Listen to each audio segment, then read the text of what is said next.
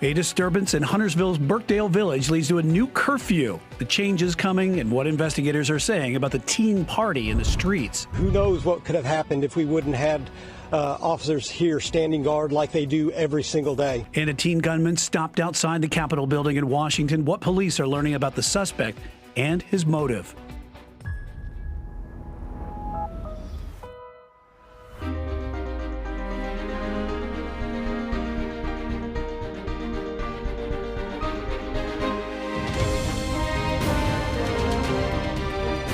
Queen City News starts now. Charlotte City Council members are looking for public input on how to move forward with the city's street vending regulations. Thanks for joining us on Queen City News at 10 tonight. I'm Brian Blakely. As of now, street vending is no longer allowed in NODA after a pilot program ended. Leaders determined the neighborhood didn't have enough space to support those vendors.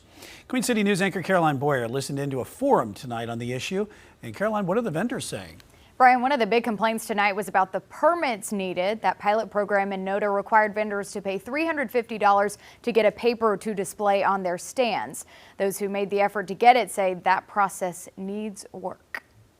It wasn't easy to get it. Ricky Anthony attended Tuesday night's public input session to share his opinions on Charlotte's street vending policy. He sells t-shirts and was the second person in the Queen City to receive a permit through the pilot program. It took months of sending emails and trying to call phone numbers that was on the website that were dead numbers. He's one of many with complaints about the process, which is news to Councilmember Dimple Ajmira. We want to make sure that process is streamlined so that street vendors who want to be permitted and who want to do this and follow the process, they're able to do that successfully without having to jump through multiple hurdles. The street vending saga started after complaints from brick-and-mortar store owners about vendors blocking sidewalks and cooking food without the proper qualification. We will do everything in our power to find ways where both sides, street vendors and brick-and-mortar businesses, can coexist in our city. The hope for vendors is eventually council members will find a space for them and will make sure people are operating safely and legally. They need to define the rules. Right now, there's no definition of the rules. There are a few rules that are in place. However, they don't enforce the rules. So no decisions tonight. The next step is for the safety committee to get an update on the input from this meeting. Those members will discuss before making a recommendation to the full city council on how to move forward. Brian. All right, we'll be watching that. All right, Caroline, thank you. Birkdale Village operators will launch an earlier curfew for juveniles this weekend after a teen party that broke out and got out of hand in the middle of the street. A flash mob in the village on Saturday night had teenagers dancing, taking photos and videos, and blocking traffic until police sent them running. Birkdale Village previously had a 9 p.m. curfew for minors. Now, operators are working with Huntersville police to pull it back to 6 p.m. It's not the first issue that areas had with juveniles. In August, police worked to stop teenagers on electric dirt bikes riding recklessly in the area. Police will share more information on Saturday's incident tomorrow. York County deputies say technology they've used over the past year helped them find a missing autistic child. The 5-year-old boy's parents called 911 yesterday after he wandered out of their home. The parents had their boy in the Project Lifesaver program, a program providing tracker wristbands to kids and adults' phones that are prone to wandering. Within 21 minutes, deputies found the boy muddy and a little wet in a wooded area near his home. Deputies say it's the second successful recovery they have made under Project Lifesaver. Classified or not, we want to see it. That was the message from South Carolina Congresswoman Nancy Mace. The Charleston Republican is calling for transparency from the CIA on what, if any, relationship the agency had with Jeffrey Epstein. She is requesting officials to release all documents related to Epstein and Ghislaine Maxwell. In a post on X tonight, Republican candidate for governor says people deserve answers on whether intelligence agencies were connected to a child sex trafficker. South Carolina lawmakers are making progress on a bill to restrict kids' access to social media. The measure includes calls for different settings and parental controls. The bill states if social media platform believes a user is younger than 17, they would get a child's account requiring parental permission. Parents can also monitor and restrict account use. are actors in this world who use technology to victimize our children, or monetize our children, or do things that are not in the best interest of our children. And we must continue to find solutions, policy solutions, to address those and mitigate those. Critics of similar legislation have cited privacy concerns over how companies would determine a user's age. The bill would not require an ID for an age verification. Instead, existing account data would be used to estimate the user's age. South Carolina officials will hold a briefing tomorrow on the measles outbreak in the upstate. They have confirmed 12 new patients since Friday, bringing the total to 962. North Carolina officials are reporting 1 new case since February 13th, bringing that state's total to 22 since mid-December. Doctors continue to emphasize the best way to stop the virus from spreading is vaccination. North Carolina Attorney General Jeff Jackson is asking a judge to enforce a court order requiring FEMA to restore the state's $200 million infrastructure program. Jackson originally won a December lawsuit claiming FEMA broke the law by canceling disaster prevention work. Charter school operators will break ground tomorrow in the new Harrisburg Global Academy in Indian Land. The three-story building will house classrooms, labs, and a cafe and gymnasium. Plans call for the school to open this fall for grades K through 6, expanding to 8th grade once it hits full enrollment. HGA won't charge tuition. Its curriculum will have an emphasis on world language instruction. Live now to the U.S. Capitol building in Washington. Police arrested a man there today, saying he charged the building while holding a shotgun. Suspect wore a tactical vest and gloves. Investigators found more gear, including a gas mask, in search of his car. Now, police locked down parts of the Capitol complex during the chaos. They identified the suspect as Carter Camacho of Smyrna, Georgia. Officers say that Camacho's gun was loaded and the white SUV he was driving wasn't registered to him. Capitol security also are already on high alert ahead of next week's State of the Union address. We take the State of the Union very, very seriously, and this doesn't change our posture. We will be prepared on State of the Union night. Who knows what could have happened if we wouldn't have officers here standing guard like they do every single day. Nobody got hurt in today's incident. Congress is out of session this week. Trump administration negotiators say they are making progress in talks with Iran about the Islamic nation's nuclear program. It comes as the U.S. continues to send military forces to the Middle East. Maddie Beertemple is following the talks. A U.S. official says progress was made, but there are still a lot of details to be discussed. And Iran's foreign minister says that there is now a path toward an agreement. Envoys Steve Witkoff and Jared Kushner led the U.S. in talks with Iran in Geneva Tuesday. President Trump also signaled he'd be indirectly involved in efforts to limit Iran's nuclear program. I don't think they want the consequences of not making a deal. They want to make a deal. The U.S. wants Iran to curb its nuclear program and stop enriching uranium, and Iran wants the U.S. to lift sanctions. Iran's foreign minister expressed optimism after the meeting, saying a window has opened for an agreement. He said both sides will start working on possible text for a nuclear deal soon, and a third round of talks will be needed. But Iran's supreme leader, Ayatollah Ali Khamenei, struck a more combative tone on social media. In one post writing, quote, "The Americans constantly say that they've sent a warship toward Iran. Of course, a warship is a dangerous piece of military hardware. However, more dangerous than that warship is the weapon that can send that warship to the bottom of the sea." The post comes amid a U.S. military buildup in the region, including sending the world's largest aircraft carrier. Meanwhile, in a show of force from Iran, the country announced it's temporarily closing the Strait of Hormuz, a critical oil shipping route where the country started conducting military drills. U.S. officials say the Iranians will now work on a detailed proposal for a deal that's expected in about 2 weeks. In Washington, I'm Maddie Beertemple. Checking that weather tonight after a pretty nice weather Tuesday, I would say. We've got more clouds moving overhead tonight, and that's going to keep temperatures from getting quite as cold for tomorrow morning. More warmth on the way through the end of the week, but I'm talking the return of some rain chances too as early as tomorrow in parts of our area. Forecast is next. The find of a lifetime on a South Carolina beach, the story behind a discovery dating back to the Civil War. He gave people hope to understand that it is possible. And so when it happened, he was like, oh my God, it is possible. A civil rights icon dies at 84. A look back on Jesse Jackson's life, his legacy in his South Carolina hometown.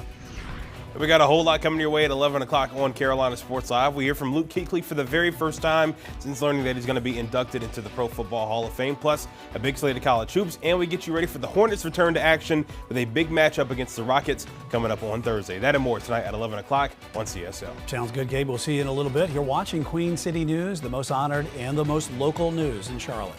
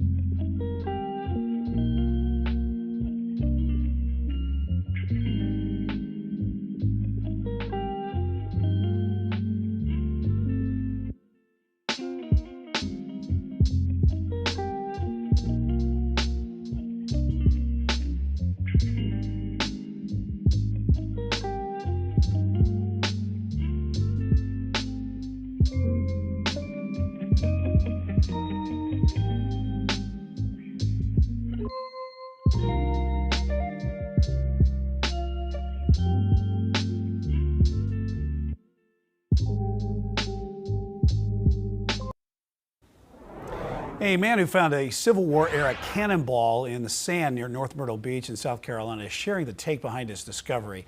As Gabby Jonas reports, that man is a tourist from Massachusetts. Right here underneath the sand near Beach Cove Resort along 48th Avenue South is where metal detecting hobbyist John Breyer found the find of a lifetime. The number one thing is Blackbeard's treasure chest. Everybody would love to find that. A cannonball is right up there from the Civil War. On February 7th, Breyer was out for a walk with his metal detector in search of the day's treasure. But what he found, a 19th century Civil War cannonball, was not the treasure he expected. Metal detecting since 2015. He says he started to hear an unusual variety of tones in his headset that pinged when he hovered over top the cannonball. I think that was because the cannonball had different materials. So there was some lead, iron. There was a .50 caliber shell literally right next to it. So I had a brass signal, I had an iron signal, I had a lead signal. And just over the years, you get used to what these tones are, and it helps you identify what's underneath. I was just so excited, but I just kept saying to myself, I hope it's not live. But after calling 911 and receiving help from Horry County's bomb squad, law enforcement determined the cannonball to be active. After safely removing it from the beach, Breyer says they were very lucky to have neutralized it safely as oxidation started to occur. The longer it begins to dry out, the gunpowder inside becomes very unstable and very sensitive. If it would have remained there through the hot summer, continuing to dry out, it would have become more and more dangerous for individuals. And so, you have a person plant a beach umbrella, hit it the wrong way, it could have been really, really bad. Discovering other extraordinary finds like a piece of a boat from the 1830s not too far from this same location. He says this one takes the prize. I had never in a million years thought it was going to be a cannonball from the Civil War. It was so cool. Rhode Island police say the victims in a deadly shooting at a high school hockey game were the gunman's ex-wife and one of their sons. People are leaving flowers and other mementos at the Pawtucket Arena where the shootings took place. 3 victims of yesterday's attack are still in the hospital. Investigators say Rhonda and Aiden Dorgan were killed. Officials are sharing more insight into the shooting and the suspect. Also learned that the suspect does use the name Roberta Dorgan, and also Esposito. Again, we don't have a motive as to why the shooting happened yesterday. We also want to recognize the remarkable bravery of the Good Samaritans who stepped in without hesitation, placing themselves in harm's way to stop that shooter. Their courage undoubtedly prevented further loss and injury, and we thank them for that. Shooting happened during a senior night hockey match for the surviving son's school.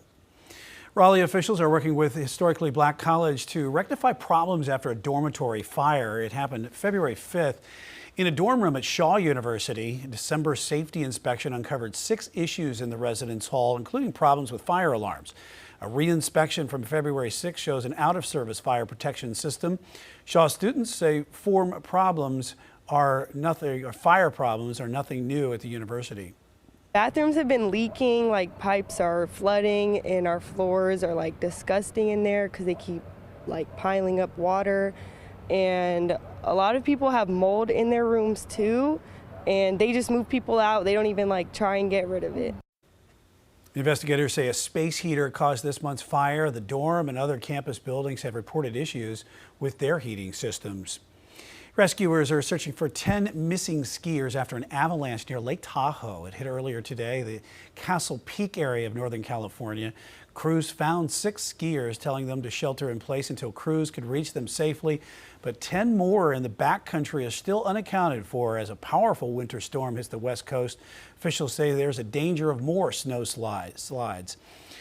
And here's a look out west at the Sierra Nevada mountains as that snow continues to fall. Higher elevations got 30 inches of snow in the past 24 hours.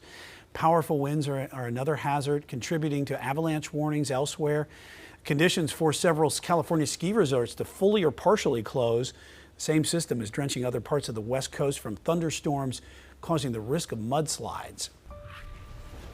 Back here in the Carolinas, I'm here with Chief Meteorologist Tara Lane, as winds could also be an issue here for us tomorrow as well. Yeah, nothing terribly blustery, no advisories or anything in effect, but still some gustiness around 20, 30 miles per hour, so getting a little breezy, and it's going to stay that way actually through the rest of the week. We have a couple of fronts that are going to be approaching and moving through. And windy Wednesday tomorrow. Windy Wednesday, and those fronts coming in also giving us the chance of some rain at times. And actually, as we look live here in downtown Blowing Rock, this is one of the communities that could see a little bit of rain by the end of the day tomorrow. Otherwise, we're looking at a dry day. It's dry out there right now. 57 degrees outside of our studios after what was another warm day for this time of the year. 65 degrees, the official high temperature earlier in the Queen City. A number was matched in Rock Hill. Lots of mid-60s showing up here across the metro and the Piedmont, up through Salisbury, Lincolnton too. Close to 70 in Morganton and down through Chesterfield County, and you all in the higher elevations in the mountains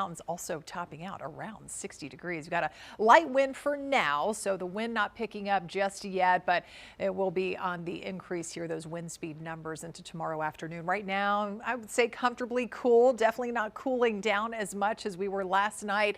We're mainly in the 50s, 47 right now, one of the cooler spots in Morganton, mid 40s up in the higher elevations. We've got those mid 50s around the Queen City. So high pressure is on its way out now, and we had that ridge of high pressure that's been pumping in the warmth too. So the wind coming out of the south-southwest, that clockwise flow around the high, giving us that boost in temperatures. But notice quite a bit of cloud cover showing up on the satellite imagery. And we do have a front that's going to be starting to move in into tomorrow that will give us that minor rain chance for you all, mainly in the mountains. But out the door in the morning, no need for the umbrella just yet. I would say maybe a jacket because it will be a little bit on the cooler side, but not as chilly as the past couple of mornings. That temperature down to about 49 degrees to start the day. More warmth on the way for Wednesday over a good part of the nation here outside of the western zones. We were talking about some of that California snow there, but temperatures in places like Chicago and St. Louis and up and down through the Plain States running about 20 to 30 degrees above normal, and some records definitely being broken. We're going to be about 10 degrees above normal for tomorrow. High temperatures back in the higher 60s to near 70. Just more of a cloudy view out there, so not as much sunshine as what we've been looking at here lately. And notice the wind speeds. As we said, you can see the wind arrows coming out of that warmer direction out of the southwest, picking up around 20 to even close to 30 miles per hour at times. Still a light breeze lingering into tomorrow night, and more of the same coming up for Thursday. Just a little gusty out there throughout the afternoon. We check out Futurecast, though, in terms of that rain chance. So staying largely dry, maybe a little bit of some peaks of filtered sunshine, at least later in the day. But notice by 5 p.m. is what I was talking about. A little bit of spotty rain, a possibility in the mountains. Not too worried about that outside of the higher elevations, at least for tomorrow. Thursday could involve a couple of sprinkles, but it's a really low chance, and we'll see some breaks of sunshine and another warm one. Highs starting to warm back up through the 70s starting Thursday for a couple of days.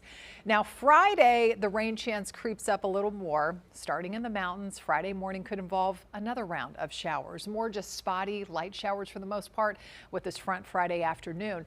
Saturday, the rain chance gets even higher, where some of that rain could be heavy at times. Warm front lifting in from the south and west. Here comes the next cold front.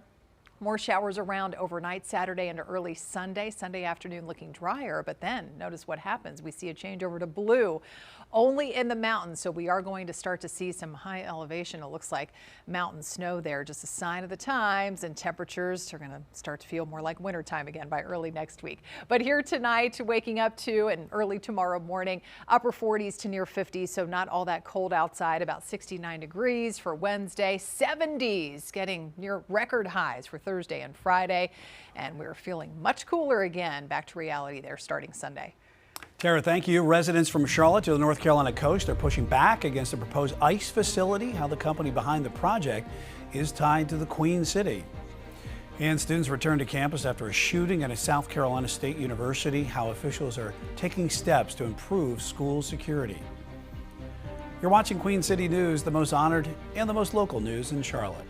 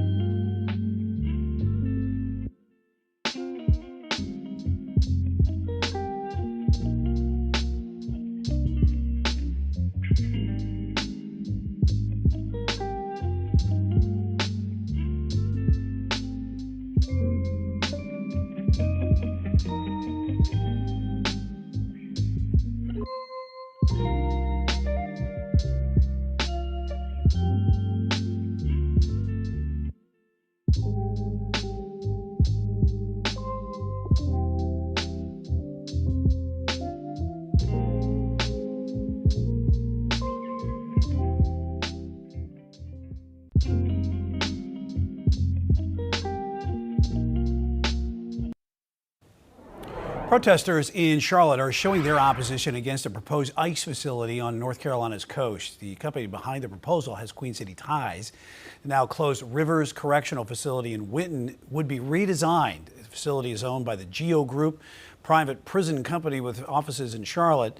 Tonight's protest took place outside those offices. We spoke to a resident in Winton and the man behind the Queen City demonstration. It's inhumane how they doing the immigrants.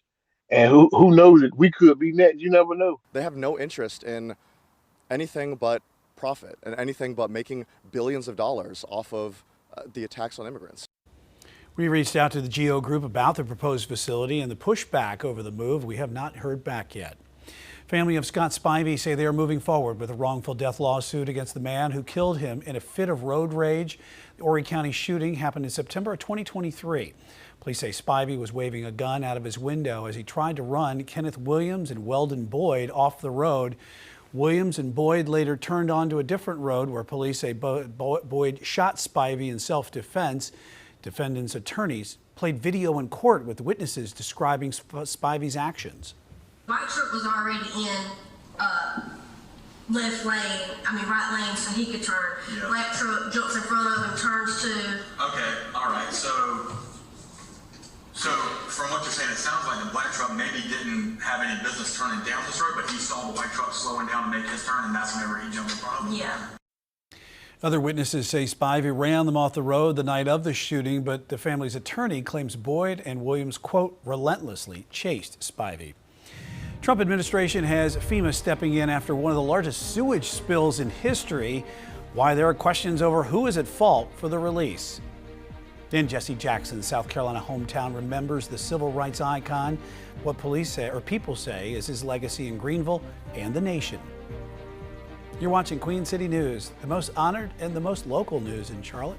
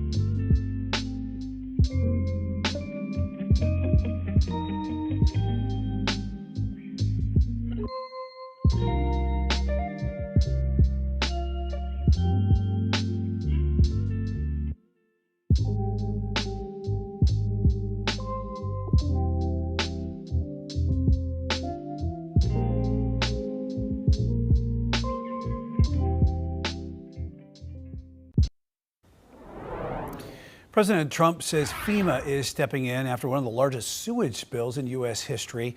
Wastewater release polluted the Potomac River near Washington, D.C. But as Kristen Eskow reports tonight, the president and Maryland's governor are placing blame on each other for the spill. President Trump says FEMA will coordinate the response to the sewage spill near Washington, D.C., one of the largest in U.S. history. It sent 240 million gallons of wastewater into the Potomac River. In a Truth Social post Monday, President Trump blamed, quote, gross mismanagement of local Democrat leaders, particularly Governor Wes Moore. I'm going to have to get the federal government involved in getting it fixed because he can't fix anything. But Maryland's governor argues the Trump administration is to blame. In a statement, his spokesperson says in part, quote, since the last century, the federal government has been responsible for the Potomac Interceptor, which is the origin of the sewage leak. If the federal government is just now showing up to take action, we will work collaboratively. DC Water is the local entity that operates the burst pipe. The utility is federally regulated by the EPA. What I'd like to see is everyone to set aside politics and actually solve the problem that's before us. Democratic Congressman Johnny Olszewski says that needs to happen as soon as possible. It's impact to human health. It's bad for the environment. At the end of the day, we should come together. Let's deliver the federal resources necessary to support Washington or Maryland or Virginia or whomever is responsible. In Washington, I'm Kristen Escow. North Carolina Governor Josh Stein is asking for help addressing the state's shortage of electricians. Stein introduced an initiative today to make those careers more accessible to young adults. He says the number of people in the field needs to start growing quickly as the state continues to grow. Right now, 70% of electricians are older than 50, with only 15% younger than 40. Governor hopes the new plan will get high school and college-age students to fill the gap. So there are real opportunities that can give you a wage that you can support a family with, and there's all kinds of career potential. You start out as an entry-level electrical person, and then you can go do microgrids, very sophisticated, complicated things. So this opportunity exists for young people across North Carolina. $9 million grant will pay for the initiative. Wake Tech has already launched the program that will soon grow to 10 North Carolina community colleges and high schools. Data centers are proving to be controversial as the development of artificial intelligence grows in the U.S. One such project is moving forward in upstate South Carolina. But as Ripley Simone reports tonight, plenty of neighbors of the proposed site don't want it. All in favor say aye. Aye. Any opposed? No. In a 5-2 vote, Project Sparrow, a $3 billion AI data center, has been approved to move on to its third and final reading. The data center, set for the Tiger River Industrial Park along Highway 290, has received massive amounts of attention, and Monday's County Council meeting was no exception. The meeting lasted nearly 4 hours, with residents packed in and outside the council chambers, some in favor of the data center. The project is expected to generate nearly $250 million in property tax revenue over the next 30 years, making it, if it moves forward, one of the largest taxpayers in the county. And some against. Why are we putting multiple ones in our community? Multiple. That's going to be such a strain on our water supply, on our electricity, on our gas bills, and you guys are going to flux that to us. Many residents were also concerned about the tax incentives that could be given to Tiger DC, the company behind Project Sparrow. Councilmember Paul Abbott says the two fee-in-lieu tax agreements would cut property tax cuts for the company from 10.5%, which is the state norm, to 4%. At the end of the meeting, council had their own discussion, but the vote was set. The next county council meeting is scheduled for March 16th. North Carolina's primary election is just 2 weeks away. The most recent state numbers show more than 133,000 people have already voted early. One of the nation's most watched races is the state's U.S. Senate contest. Former Democratic Governor Roy Cooper and past Republican National Committee Chairman Michael Whatley are the front runners for their party's nominations. But experts say another North Carolina race is also getting national attention. North Carolina is going to get a lot of eyes, and then the state Senate race between Berger and Page, that's what people are looking at for the primary, and that rarely gets national attention because it's a state legislative office. But I think given Phil Berger's stature, that's just caught a lot of people's attention across the country. Early in-person voting in North Carolina ends on February 28th. Investigators say they have charged a man in a shooting at South Carolina State University that killed 2 people. They arrested 18-year-old Camonte Kennedy for last Thursday's attack. As Emma Charles reports, students are back on campus as the university makes security changes. The university introduced new security measures as students returned to campus today, with enhanced screenings, limited visitor hours, and designated entry points. A second deadly shooting at SC State in a matter of months has left students shaken. The university increased security measures after 2 separate shootings this past October during homecoming celebrations that left a 19-year-old dead. This included new fencing along the campus perimeter and additional security patrols to control pedestrian access. But after Thursday's tragedy that killed 2, the university is once again increasing security. Students will be required to enter through Gate 4, and students with visitors will use a separate entrance at Gate 5. Visitors will only be allowed at the university from 9 a.m. to 9 p.m., and all vehicles will be subject to potential search. We spoke to students Friday who told us more needed to be done before they've returned. Today, students are telling us they're glad the university has taken additional action. So I'm glad that they are kind of going about a change instead of just keeping it how it was. They're showing that they know what happened and they're aware and they're trying to make it better and safer for all of us. South Carolina boat owners could get a break on their property taxes soon. A bill handed to the state Senate committee would lower those rates from 10.5% to 6%. Representative Gary Brewer introduced the bill last year. He says the best case scenario would be for the boat owners to feel immediate relief when their tax bill comes. We put it as starting to when the governor signs it, but some people may have already paid their taxes for this year, so it'll be next year. Some people may not pay their taxes until after the governor signs it, so they would hopefully start seeing it then. Brewer says it'll head to the Senate floor in the next 2 weeks. Jesse Jackson, a South Carolina native and civil rights icon, has died at the age of 84. Born during the time of segregation, Jackson's name is once mentioned alongside the likes of Martin Luther King in the history of civil rights in America. Gordon Dill spoke with a childhood friend of Jackson about the activist's early years and his legacy. Jesse Jackson is a very charismatic person who could have spent his character, his physical ability, his intellect doing something that made him very rich. But he did not pursue that. He has a place in history, particularly in the heart of those who are in Greenville and South Carolina. Born into racially segregated Greenville, South Carolina in 1941, Jesse Jackson was the son of a maid and a janitor with a natural gift for drawing a crowd. When I knew him, he was in high school, and I used to get him and Elvis confused. He seemed larger than life. To me, they kind of looked alike. And Elvis always had people around him, and Jesse always had people around him. Always. Jackson was class president at Sterling High School, one of those kids you find on almost every page of the yearbook. A star athlete, handsome and popular, he earned an opportunity to play minor league baseball, which he turned down for a football scholarship, first to the University of Illinois, then North Carolina A&T, always with a seemingly impossible ambition. When he was in high school, he said he was going to be president. Now, he was in high school in the 50s. Before we could ride anywhere we wanted to on buses, before he could go to the library on Main Street.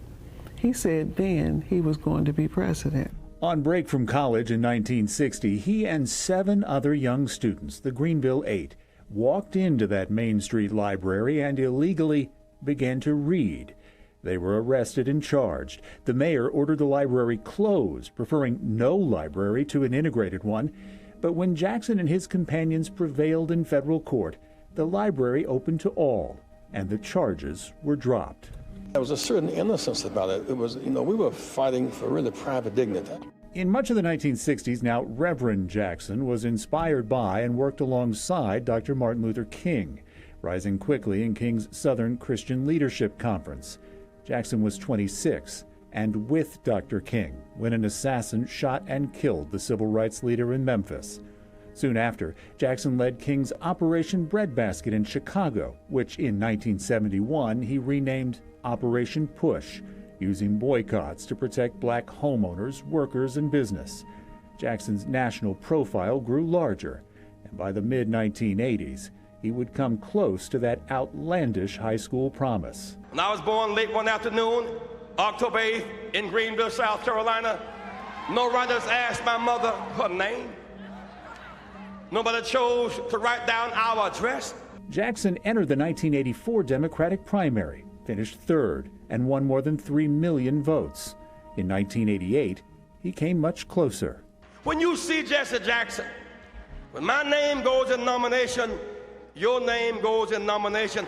I was born in the slum, but the slum was not born in me. And it wasn't born in you, and you can make it. Jackson's campaign won 13 primaries, including South Carolina, earning more than 1,000 convention delegates, finishing second on the convention ballot. He gave people hope to understand that it is possible. And so when it happened, he was like, oh my God, it is possible. Jackson later became an unofficial international diplomat, visiting war zones, including negotiating the release of American prisoners. In the early 2000s, it was Greenville that called him back home. Actually, Reverend Jackson was coming to Greenville to eulogize my father. And he was surprised, shocked that Greenville County did not acknowledge the King holiday. By 2003, Greenville was the only county in South Carolina that did not officially recognize the MLK holiday. Jackson used tactics similar to his 1960 library sit-in, camping out at the county council.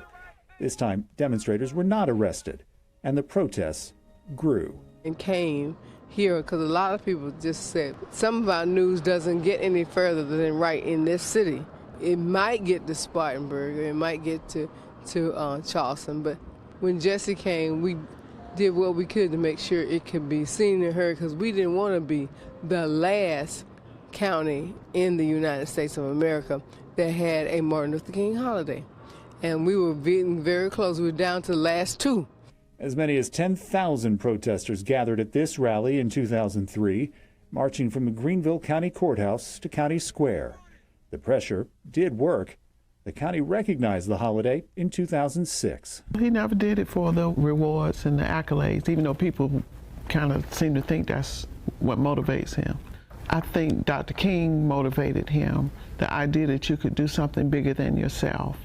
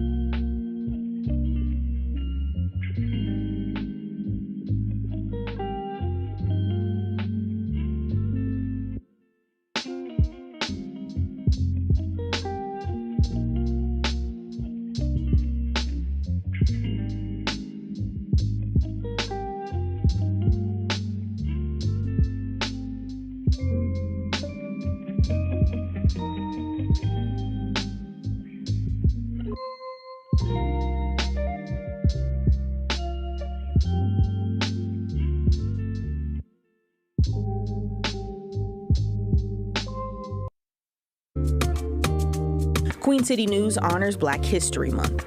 Nina Simone was born in Tryon, North Carolina. After attending Juilliard School of Music, she became an American singer, songwriter, musical arranger, and civil rights activist. Simone referred to her music as Black classical music.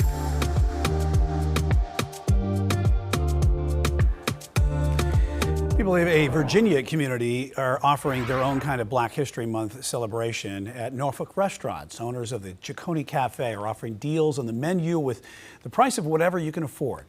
The cafe and others in the area are offering a special menu where customers just pay what they can. Residents say the idea is starting to catch on. When we did it by ourselves, it was overwhelming. The line was out the door. It was overwhelming, and I was really proud to be able to have that turnout by myself, but I'm even more proud to be able to do it with other restaurants.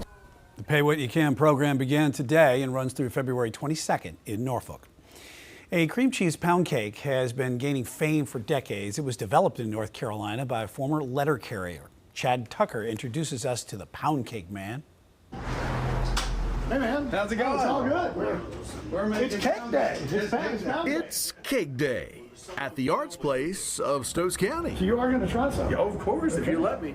And Arts Council Director Eddie McGee is giving us a slice. Oh wow, that's really good. Isn't that something? I've been making the pound cake here for a couple of years for our Rocky's Coffee Shop, and it's a big hit. I bake about 2 to 3 a week. And when it's time to bake, a combination of a couple recipes. He really gets in the zone. Throwing in what my grandmothers had taught me. Eddie's world famous cream cheese pound cake. I don't have to do any additional sifting. Has been talked about and written about. I don't even want to guess, Chad, how many times I have made this cake. For more than 30 years. Southern Living calls me and says, your pound cake recipe is off the charts. So we're going to send up a photographer and a writer to do a story. That was 1995. And that was just the beginning. The photographer said, smile. 2 million people worldwide are going to see your face, and your life's never going to be the same. Simple ingredients, blended from the kitchen recipes of the ladies on his mail route, back when he carried the mail in Elkin. It reminds me of the ladies on my mail route, the relationships I've had over the years, and a recipe that just doesn't die. Those ladies shared a love of baking with Eddie, something that started for him in the kitchens of his parents and grandparents. I enjoy doing it. I'm going to continue to do it until I can't do it anymore. Baking and creating the sweetest slices of life. 30 years and it's still going. It's fun. Again, it's therapy. It's a release for me. And that's why we appreciate you, Eddie McGee. When I was in Elkin carrying mail and talking to those ladies, I was right in my element. In Stokes County. Reminds me of my grandparents. Looking for Chad's folks. And my parents' house. I'm Chad Tucker. Reminds me of home. Turn our attentions now to the weather as you're looking live at Banner Elk, where the warm start to the week continued today, but we will soon see some rain moving in. Let's talk to Chief Meteorologist Tara Lane right now. And the rain, that could come to the mountains as soon as tomorrow night. Yeah, a little bit of some scattered showers coming in, nothing too heavy, nothing widespread just yet. That comes over the weekend. So we're going to get kind of in an unsettled stretch here for the rest of the week. And like I said, especially by the weekend for more of us. Best chance of rain will be in the mountains over the next couple of days. It's dry though right now in Gastonia, looking live over the downtown area. We do have more clouds overhead. And so with that, remember the clouds act as a blanket and trap in some of that daytime heating that we had earlier today, all the way up to 65 degrees, the official high in the Queen City. So we're not being allowed to cool down quite as much while we're sleeping tonight. 38 degrees was the low this morning, and it won't be quite that cold come tomorrow morning. But we do have some upper 40s out there already. Rock Hill, for example, is down to 49, 47 in Morganton. We've got the mid and upper 40s up in the mountain communities too. We're right at 50 in Albemarle, 55 in Monroe, 54 out there in Gaston County, and friends in Cleveland County around Shelby, and heading up toward the Kaiser area as well. So we've got high pressure that is offshore now, clockwise flow around that, giving us that warmer flow before a front moves in. So we've got those clouds overhead, and we're going to see them quite a bit through the day tomorrow. So it's not going to be as sunny as it has been the past couple of days. But notice, as I said, temperatures not cooling down as much. We'll briefly bottom out upper 40s, but generally still around the low and even mid 50s as we roll through the morning time frame. So lots of clouds around from morning through the afternoon. We may see some breaks or peaks of some at least filtered sunshine amongst the clouds, with temperatures back on the rise. Not far from 70 degrees. It will be breezy though throughout. In fact, the next 2 days and even into the weekend at times, we'll get some wind gusts around 20 to even close to 30 miles per hour or so. And notice temperatures rising even more for Thursday with a touch more sunshine. I'm going with about 73 degrees on Thursday. So this is when we start to get into record territory for the end of the week. Record on Thursday is 76 from back in 2014. So coming awfully close, and keep in mind all the while the average high is 58. So we are going to soar well above that. And now you may be wondering, okay, so what is this doing with the pollen situation here? Tree pollen, it's going to be on the rise. The top allergens coming up over the next several days, and really this time of the year, juniper, elm, and alder. And notice how those numbers creep up, moderate to high range for Thursday, Friday, and Saturday before we get some appreciable rain in here for that first half of the weekend. So let's check out Futurecast. This is what I was talking about. Couple of spotty showers possible, mainly in the mountains later tomorrow by say 4 to 6 o'clock or so. Could be a couple of sprinkles across the Piedmont later tomorrow night, but not too worried about that. Mostly dry. Now Thursday, again, clouds holding on. We'll see some breaks of sunshine, a couple of sprinkles, a little bit of spotty light rain can't be ruled out. But Friday, and especially that first half of the weekend on Saturday, those rain chances really ramp up. And that 40% chance you see on Sunday, that's mainly the first half of the day.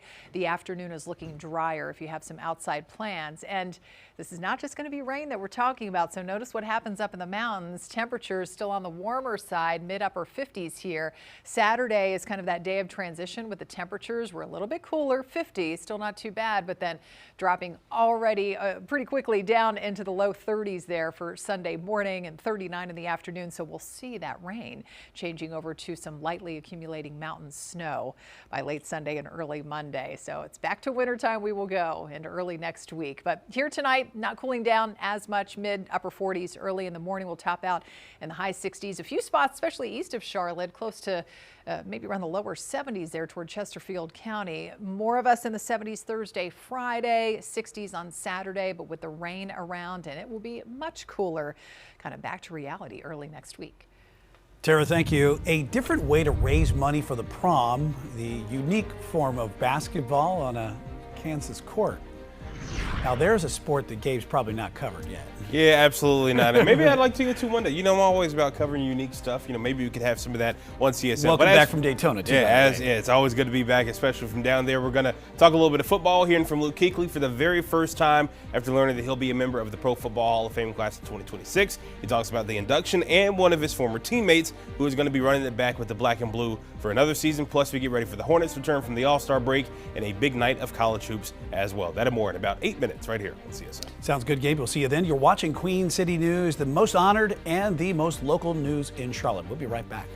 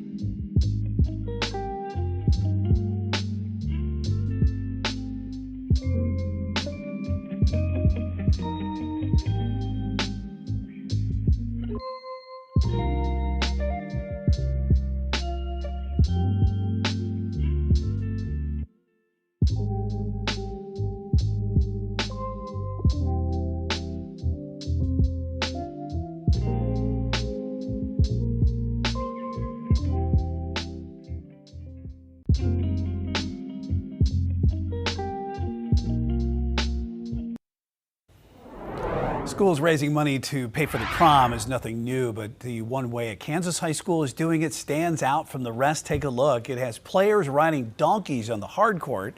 Last night's donkey basketball game was the brainchild of a Newton High School student and the administrators. They teamed up with first responders to make it happen. Ticket sales to see police, firefighters, and paramedics will help pay for the prom. As some might expect, there were donkeys more than willing to participate than others. There are some that are more active and some that are more slow. Some of them really like to stay put. They're the stubborn ones. Players had more to worry about than just fouls. A team of students were on standby in case of any necessary on-court cleanup. You're watching Queen City News, the most honored and the most local news in Charlotte. We'll be right back with a final check of your pinpoint forecast, followed by Carolina Sports Live.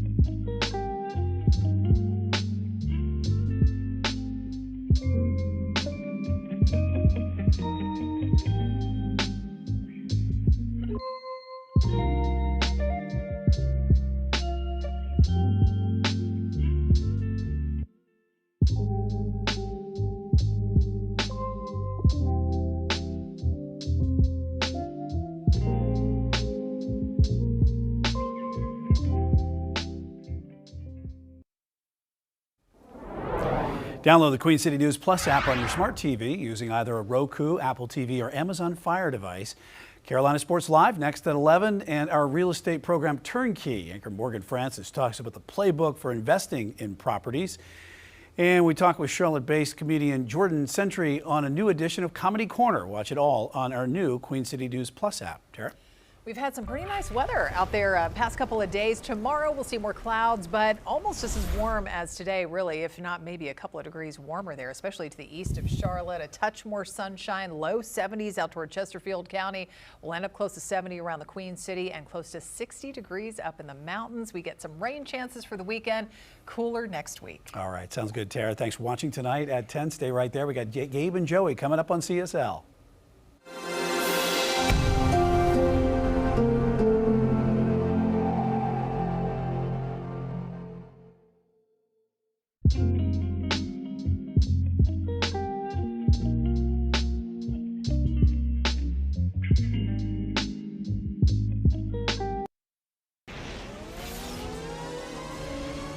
Now, it's CSL, Carolina Sports Live.